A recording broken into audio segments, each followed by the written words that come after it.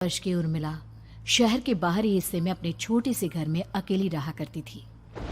एक रात शहर में बहुत जोर का तूफान आया। जोर जोर से हवाएं और आंधी तूफान के साथ तेज बारिश होने लगी।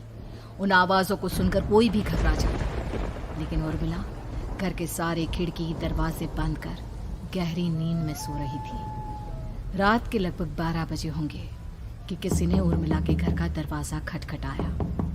दरवाजे के खटखटाने की आवाज सुनकर उर्मिला की नींद खुलती है। आखिर इतनी रात को कौन आया होगा? उर्मिला जाकर दरवाजा खोलती है तो सामने लगभग 26 साल की बेहद सुंदर लड़की को खड़ा देख हैरान रह जाती है। कौन हो बेटा, और इतनी रात को इतने भयंकर तूफान में कहाँ भटक रही हो? चाची, आपने मुझे पहचाना नहीं? मैं आपकी दूर की रिश्तेदार शालिनी। अरे हाँ, बचपन में तुझे देखा था। इतनी जवान हो गई है, कैसे पहचान में आती। लेकिन तू यहाँ क्या कर रही है, और वो भी ऐसी अंधेरी तूफान भरी रात में? उर्मिला की बात सुनते ही शालिनी की आंखों से आंसू बहने लगे। वो फूट फूट कर रोने लगी। ये देखकर उर्मिला को कुछ समझ में नहीं आया और उसने शालिनी का हाथ पकड़कर घर के अंदर आने के लिए कहा। जैसे ही शालिनी घर के अंदर रोशनी में आई, उर्मिला की नज़र उसके पेट की तरफ गई, जिसे देखकर ये साफ पता चल रहा था कि वो प्रेग्नेंट है। अरे, तू तो पेट से है। ऐसी हालत में इतने भयंकर तूफान में आधी रात को बाहर भटक रही है। आखिर बात क्या है बेटा, मुझे सब कुछ साफ साफ बता। क्या बताऊं चाची, ये सब जिसकी वजह से हुआ है उसके बारे में बताने में भी मुझे शर्म आती है। मैंने घर वालों की मर्जी के खिलाफ जाकर एक लड़के से शादी कर ली थी, पर वो शादी के 1 महीने बाद ही मुझे छोड़कर चला गया। छोड़कर चला गया का क्या मतलब? क्या उसके साथ कोई हादसा हो गया? नहीं, उसे कोई दूसरी लड़की पसंद आ गई और मेरी प्रेगनेंसी की खबर सुनते ही उसने मुझे बेसहारा छोड़ दिया। उसके बाद मैं अपने घर गई, लेकिन माँ पापा ने मुझे घर में कदम तक नहीं रखने दिया। तभी मुझे आपकी याद आई। कोई बात नहीं, कोई बात नहीं, तुमने यहाँ आकर अच्छा ही किया। एक काम करो, तुम आराम करो। वैसे भी ऐसी हालत में इतना घूमना फिरना और इस तरह आधी रात को बाहर भटकना ठीक नहीं होता। प्रेग्नेंट औरत को आधी रात को घर से बाहर नहीं निकलना चाहिए। बुरी आत्माएं उस पर अपना असर दिखा सकती है। और इतना कहकर उर्मिला ने शालिनी को एक दूसरे कमरे में जाकर आराम करने के लिए कहा। लेकिन जैसे ही शालिनी अपने कमरे में जाने लगी, अचानक से उर्मिला ने उसे रोक लिया। एक बात बताओ बेटा, तुम्हारा कौन सा महीना चल रहा है? पेट देखकर तो लगता है कि लगभग 6 महीने पूरे हो गए होंगे। उर्मिला की बात सुनकर शालिनी के होठों पर मुस्कुराहट आ गई। चाची जी, अभी सिर्फ 1 ही महीना हुआ है। शालिनी की बात सुन उर्मिला दंग रह गई। उसे समझ में नहीं आ रहा था कि प्रेगनेंसी के पहले ही महीने में शालिनी की हालत ऐसी क्यों थी। लेकिन फिर उसने बात को नजरअंदाज कर शालिनी को आराम करने के लिए कहा और खुद भी कमरे में जाकर सो गई। अभी कुछ ही घंटे बीते थे कि अचानक से एक बच्चे के बड़े ही अजीबोगरीब बेढंगे तरीके से रोने की आवाजें उर्मिला के घर में गूंजने लगी। उन आवाजों को सुनकर उर्मिला की नींद फिर से खुलती है। ये अचानक बच्चे के रोने की आवाज कहां से आने लगी? उसने उठकर चारों तरफ देखा, पर वहां उसे कोई नजर नहीं आया। उर्मिला घबराते हुए शालिनी के कमरे में गई तो वहां उसे कमरे की दीवार पर एक बेहद खौफनाक साया नजर आया, जिसे देखकर उर्मिला बुरी तरह से घबरा गई। आखिर ये सब क्या हो रहा है? शालिनी, शालिनी उठो! उसने जोर जोर से आवाज देकर शालिनी को जगाने की कोशिश की, लेकिन ऐसा लग रहा था जैसे उसकी आवाज शालिनी तक पहुंच ही नहीं रही थी। कमरे की दीवार पर एक बहुत बड़ा और बेहद डरावने दिखने वाले इंसान का साया और एक बच्चे के अजीबोगरीब ढंग से रोने और चीखने की आवाजें अब उर्मिला को ज्यादा डराने लगी थी। उर्मिला को शालिनी की चिंता सताने लगी और उसने पूरी ताकत के साथ चीखकर शालिनी को आवाज लगाई, शालिनी! तभी अचानक सब कुछ एकदम पहले जैसा हो जाता है और उर्मिला की आवाज सुनकर शालिनी की नींद खुलती है। क्या हुआ चाची, आप इतनी तेज क्यों चिल्ला रही हैं? अब ठीक तो है ना? अभी अभी मैंने तुम्हारे कमरे में कुछ अजीब सा देखा। तुम ठीक हो ना शालिनी? मुझे यहाँ एक बच्चे के रोने की आवाज़ें आ रही थी। लगता है आपको मेरी कुछ ज़्यादा ही चिंता हो गई है। आपने मेरी प्रेगनेंसी के बारे में कुछ ज़्यादा ही सोच लिया होगा। मैं एकदम ठीक हूँ, आप आराम से सो जाइए। इतना कहकर शालिनी ने उर्मिला को फिर से अपने कमरे में जाने के लिए कहा और खुद भी जाकर सो गई। पर अब उर्मिला की आंखों से नींद गायब हो चुकी थी। अगली सुबह जब शालिनी उठी तो वो सीधा उर्मिला के पास आई। गुड मॉर्निंग चाची। तभी अचानक उर्मिला की नज़र शालिनी के पेट पर पड़ती है, जिस पर नीले रंग से एक अजीब सी आकृति नजर आ रही थी। शालिनी, ये तुम्हारे पेट को क्या हुआ? मैंने इतनी औरतों को देखा है, ऐसा तो किसी के साथ नहीं होता। शालिनी ने जैसे ही अपने पेट की तरफ देखा तो उसे वहां कुछ भी नजर नहीं आया। चाची कुछ भी तो नहीं है, सब कुछ एकदम नॉर्मल है। आपको क्या अजीब लग रहा है? इससे पहले कि उर्मिला उसके सवाल का कोई जवाब देती, अचानक से शालिनी के पेट में जोर जोर से दर्द होने लगा। वो बुरी तरह दर्द से तड़पने लगी। चाची, चाची। ये सब देखकर उर्मिला बहुत घबरा गई। उसने धीरे धीरे शालिनी के पेट को सहलाना शुरू किया, लेकिन शालिनी का दर्द कम नहीं हुआ। उर्मिला जाकर रसोई से पानी का गिलास लेकर आई और शालिनी को पानी पिलाने की कोशिश करने लगी। ले बेटा, पानी पी ले, तुझे आराम मिलेगा। ले ले।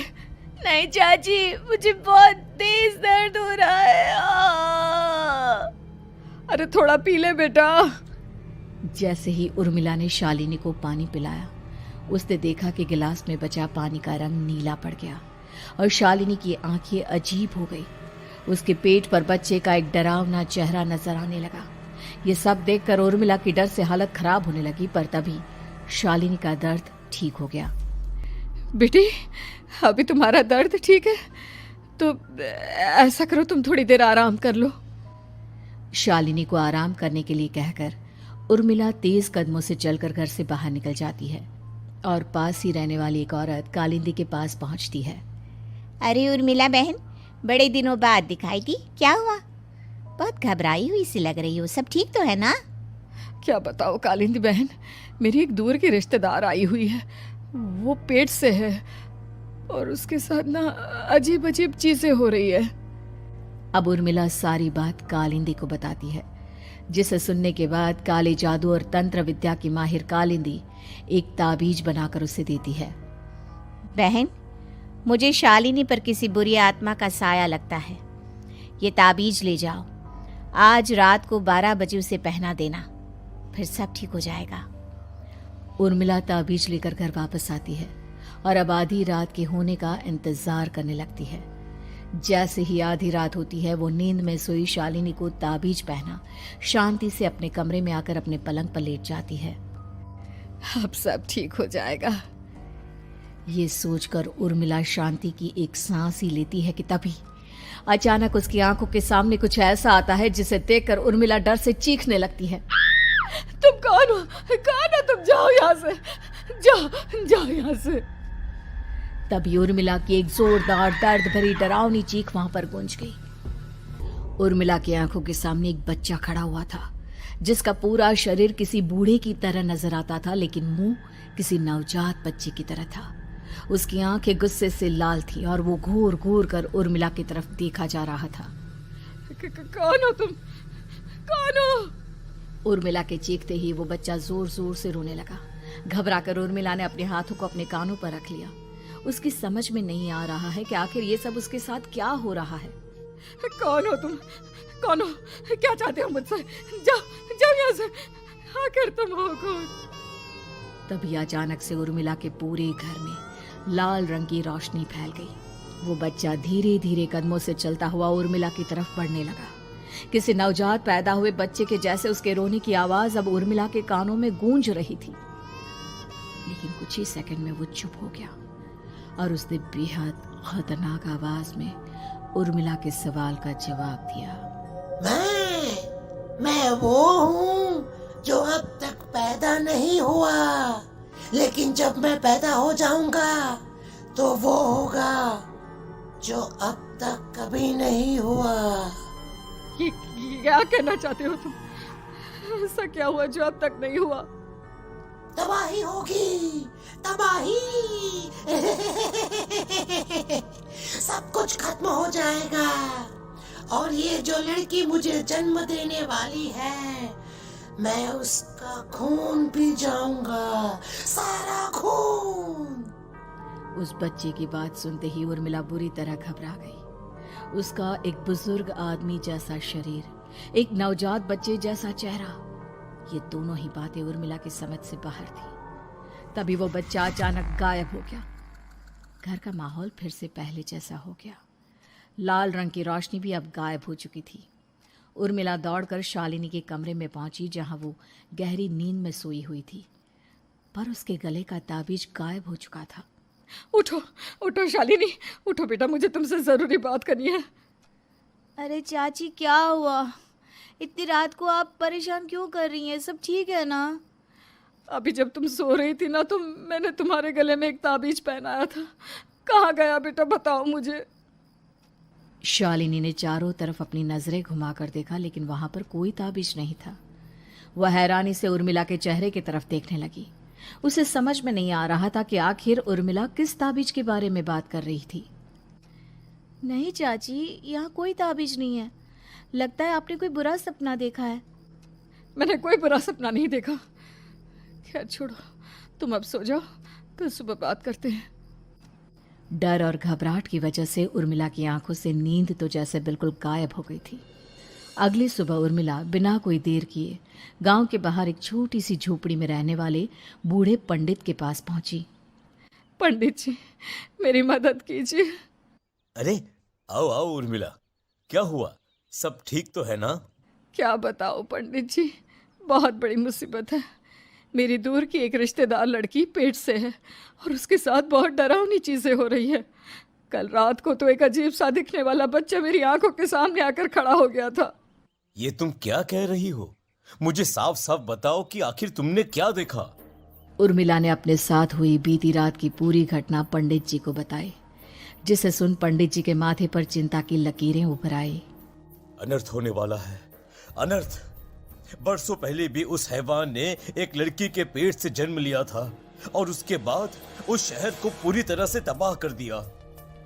कैसी विपदा पंडित जी, कैसी बात कर रहे हैं आप? बताइए मुझे, और इसका उपाय क्या है? इसका उपाय तो है, लेकिन बहुत कठिन है। हो सकता है कि उस उपाय को करने के दौरान तुम्हारी जान भी चली जाए। मुझे मेरी जान की कोई परवाह नहीं, पर आप जिस तबाही के बारे में बात कर रहे हैं, बस वो नहीं होनी चाहिए। लाखों लोगों की जान बचाने के लिए मैं कुछ भी करूंगी। तो ठीक है, मेरी बात ध्यान से सुनो। बरसों पहले एक भयानक तांत्रिक ने अपनी तंत्र क्रिया के जरिए एक मासूम लड़की के साथ रिश्ता बनाकर उसके पेट से जन्म लिया था। इस तरह से वो अपने जैसे लोगों की संख्या इस दुनिया में बढ़ाना चाहता था।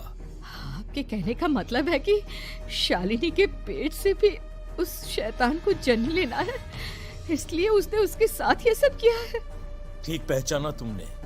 अब मैं तुम्हें एक ऐसा सिंदूर दूंगा जिसे तुम्हें ले जाकर उस लड़की के पेट पर लगाना होगा। क्या ऐसा करने से सब कुछ ठीक हो जाएगा? नहीं उर्मिला, ये सब इतना आसान नहीं।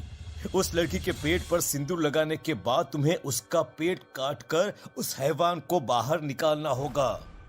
नहीं पंडित जी, मैं ये सब नहीं कर सकती। मैं भला एक जिंदा लड़की के पेट को अपने हाथों से कैसे काट सकती हूँ? अगर तुमने ऐसा नहीं किया तो कुछ ही दिनों में वो हैवान उस लड़की के शरीर से जन्म लेगा और उसके शरीर के सारे खून को पीकर अपनी ताकत को बढ़ाएगा। उसके बाद वो धीरे धीरे इस पूरे शहर को तबाह कर देगा। यहाँ पर कोई जिंदा नहीं बचेगा। लेकिन अगर मैं उसके पेट को काट दूंगी तो क्या वो जिंदा बच पाएगी? अगर शालिनी को कुछ हो गया तो, अगर उसकी मृत्यु हो गई तो? ऐसा कुछ नहीं होगा उर्मिला, तुम्हें अपने मन को पक्का करके ये काम करना ही होगा। सिंदूर लेने के बाद उर्मिला झोपड़ी से बाहर निकलने ही वाली थी कि तभी पंडित जी ने उसे पीछे से आवाज देकर रोका। उर्मिला, उस लड़की का पेट काटकर हैवान को बाहर निकालना ही काफी नहीं होगा। तुम्हें ध्यान रखना होगा कि ये सब करते हुए उस बच्चे का जो आधा बूढ़े का शरीर है उस पर सिंदूर की एक बूंद भी ना लगने पाए, क्योंकि अगर ऐसा हुआ तो वो तुम्हें और बाकी सबको कच्चा खा जाएगा। पंडित जी की बात सुन उर्मिला की आंखें फटी रह गई और उसके शरीर में डर की लहर दौड़ गई। फिर भी उसने हिम्मत की। ठीक है पंडित जी, मैं पूरी कोशिश करूंगी कि मैं उस हैवान को वहीं के वहीं खत्म कर पाऊं। इसके बाद उर्मिला तेज कदमों के साथ घर वापस आती है। दिन बीतता है, रात का अंधेरा छाने लगता है। शालिनी खाना खाकर सोने चली जाती है और उर्मिला लगातार उसके गहरी नींद में सो जाने का इंतजार करने लगती है। जिसके बाद उर्मिला दबे कदमों से शालिनी के कमरे में पहुंच गई। मुझे ये करना ही होगा। अब उर्मिला ने धीरे धीरे शालिनी के पेट पर पंडित जी का दिया सिंदूर लगाना शुरू किया। उर्मिला के हाथ बुरी तरह से कांप रहे थे। उसके एक हाथ में चाकू था जिससे वो पेट काटने वाली थी। उर्मिला ने एक नज़र शालिनी के चेहरे की तरफ देखा और फिर डरते हुए उसके पेट पर चाकू चलाना शुरू किया। कमाल है, मैं इसका पेट काट रही हूँ और ये आराम से सो रही है। इसे दर्द नहीं हो रहा क्या? तभी अचानक उर्मिला के कानों में बच्चे की रोने की आवाज सुनाई देने लगी। उसने घबराकर चारों तरफ देखा पर वहां पर कोई नहीं था। बस रोने की आवाज लगातार आ रही थी। उर्मिला बिना रुके लगातार शालिनी के पेट को काटती रही। उसे इस बात का भी ध्यान रखना था कि सिंदूर बच्चे के बूढ़े आदमी वाली शरीर के हिस्से पर ना लगे। कुछ ही देर में वो हैवानी बच्चा उर्मिला के हाथों में था। उसने बड़ी ही सावधानी से उस बच्चे को बाहर निकाला और पंडित जी के कहे अनुसार उसे घर से दूर जलाने के लिए ले गई। पर तभी उसके सामने वही बूढ़े शरीर और बच्चे के चेहरे वाला बच्चा आ गया। अपनी गोद में और सामने भी बच्चे को देखकर उर्मिला हैरान रह गई। मुझे मारोगी? मुझे? इतनी हिम्मत कैसे आ गई तुम्हारी? तुम पैदा नहीं हुए हो और मुझे पता है जब तक तुम्हारा जन्म नहीं हो जाता तो मुझे कुछ नहीं कर सकते। इतना बोलते ही उर्मिला तुरंत उस बच्चे को घास के ढेर पर फेंक कर उसमें आग लगा देती है। जिसके तुरंत बाद वो बूढ़े आदमी के शरीर और बच्चे के चेहरे वाला अजीब तांत्रिक का भूत भी वहां से गायब हो जाता है। कुछ देर बाद उर्मिला घर पहुंचती है तो वो ये देखकर हैरान रह जाती है कि शालिनी का पेट अपने आप जुड़ चुका था। शुक्र है भगवान का और उन पंडित जी का, अब सब ठीक हो जाएगा। सुबह शालिनी सोकर उठती है तो अपना पेट देख बुरी तरह घबरा जाती है। चाची, चाची ये सब क्या हो गया? मेरा पेट अचानक कम कैसे हो गया? मेरा बच्चा कहाँ गया चाची? बेटी, वो बच्चा नहीं, एक खतरनाक तांत्रिक था जो तुम्हारे कोख से जन्म लेकर सबको मार देना चाहता था। वो पैदा होते ही तुम्हारी जान भी ले लेता, इसलिए मैंने पंडित जी के बताए उपाय से उसका खात्मा कर दिया है। अब सब ठीक है। शालिनी को उर्मिला की बात समझ में नहीं आती। जिसके बाद शालिनी को पूरी बात उर्मिला आराम से समझाती है। अब वो दोनों ही भगवान